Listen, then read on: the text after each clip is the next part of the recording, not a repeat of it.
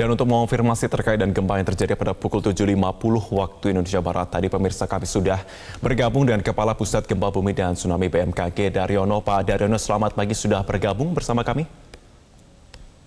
Selamat pagi, Mas. Iya, Pak Daryono, apa yang bisa Anda jelaskan terkait dengan gempa yang terjadi tadi, Pak? Iya, tadi pada pukul 7.50 WIB, Jawa Barat kembali diguncang gempa, yang mana gempa ini jenisnya sama dengan gempa yang mengguncang Garut dan sekitarnya pada beberapa hari lalu. Saat itu gempanya berkekuatan 6,0 ya.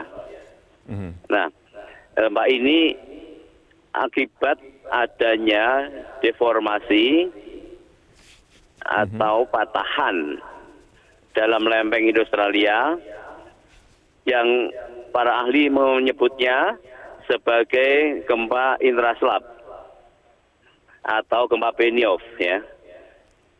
Jadi gempa ini bukan gempa megatrust, bukan gempa kerak dangkal di permukaan. Ini adalah gempa di kedalaman menengah pada kedalaman 122 km. Ya, patut kita syukuri bahwa gempa ini tidak dangkal ya, sehingga tidak berpotensi tsunami.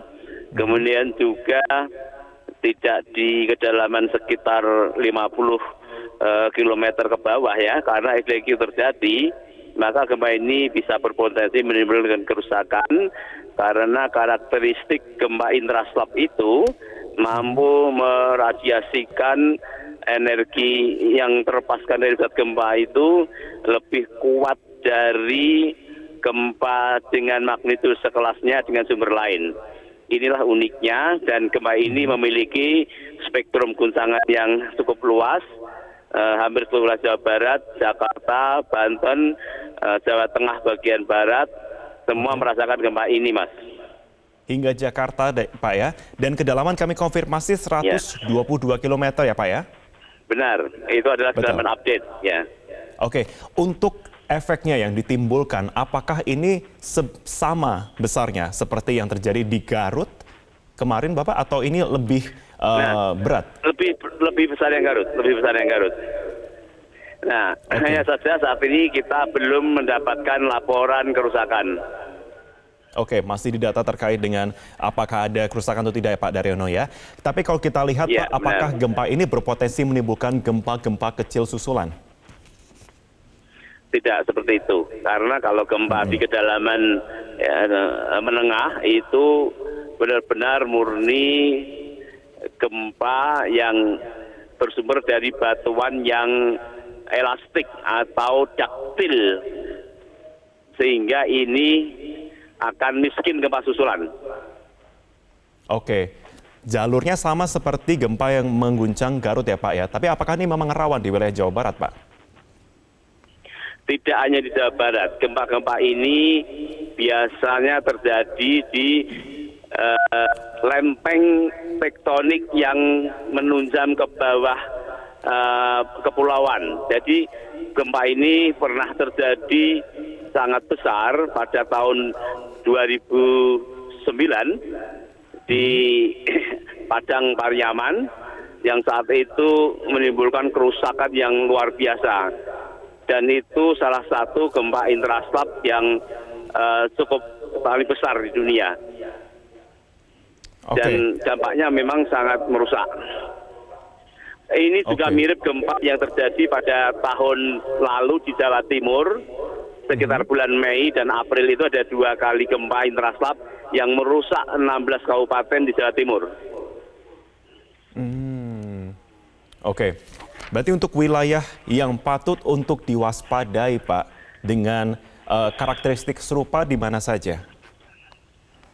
Iya, jadi gempa intraslab itu akan memiliki pancaran ground motion atau guncangan yang luas, ya. Sehingga yang dapat terdampak pun juga wilayah yang luas.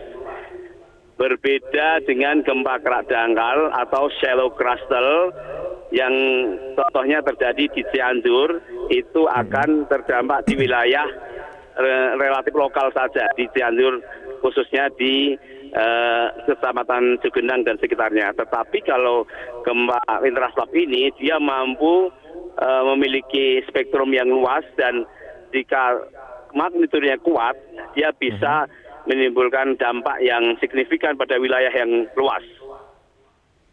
Apakah patahan atau deformasi ini saat ini memang tengah lebih aktif aktivitasnya dibandingkan sebelumnya, Pak? Kita sulit untuk menjawab itu karena memang kita belum ada sarana yang bisa menilai terkait dengan besarnya tegangan yang terakumulasi di dalam lempeng di kedalaman tersebut. Namun kalau secara umum bahwa gempa-gempa yang terjadi seperti ini memang di mana saja bisa terjadi, baik itu di barat Sumatera, selatan Jawa, kemudian selatan Bali dan Nusa Tenggara Barat, itu bisa terjadi. Dan itu memang hasil monitoring kita memang biasa terjadi, hanya kekuatannya tidak besar di atas 5,5, sehingga ini akan terasa cukup signifikan di permukaan. Oke, Pak Daryono mungkin bisa mengonfirmasi juga dampak dari gempa yang mengguncang Sukabumi kali ini terasa lebih berat atau bisa dikatakan lebih terasa di Jakarta dibandingkan yang terjadi pada Garut beberapa waktu yang lalu, Pak. Apakah bisa kami konfirmasi? Maksudnya gimana, Mas? Belum menangkap. Jadi kalau dikatakan memang saat ini di Jakarta dan beberapa lokasi lain, katakanlah di Tangerang Selatan, mengatakan bahwa ini cukup terasa begitu. Tetapi dibandingkan dengan yang terjadi pada Garut beberapa waktu yang lalu, dikatakan tidak seberat saat ini. Benarkah demikian, Pak? Nah, karena memang waktu itu gempanya dangkal ya, gempa yang 5,6 itu, dan karena dangkal itu kan energinya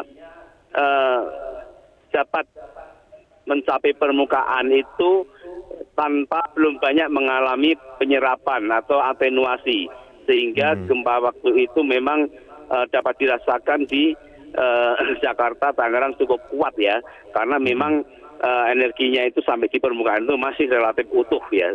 Itu yang menyebabkan gempa Garut kemarin di Jakarta lebih kuat ya. Oke, Pak Daryono melihat gempa Cianjur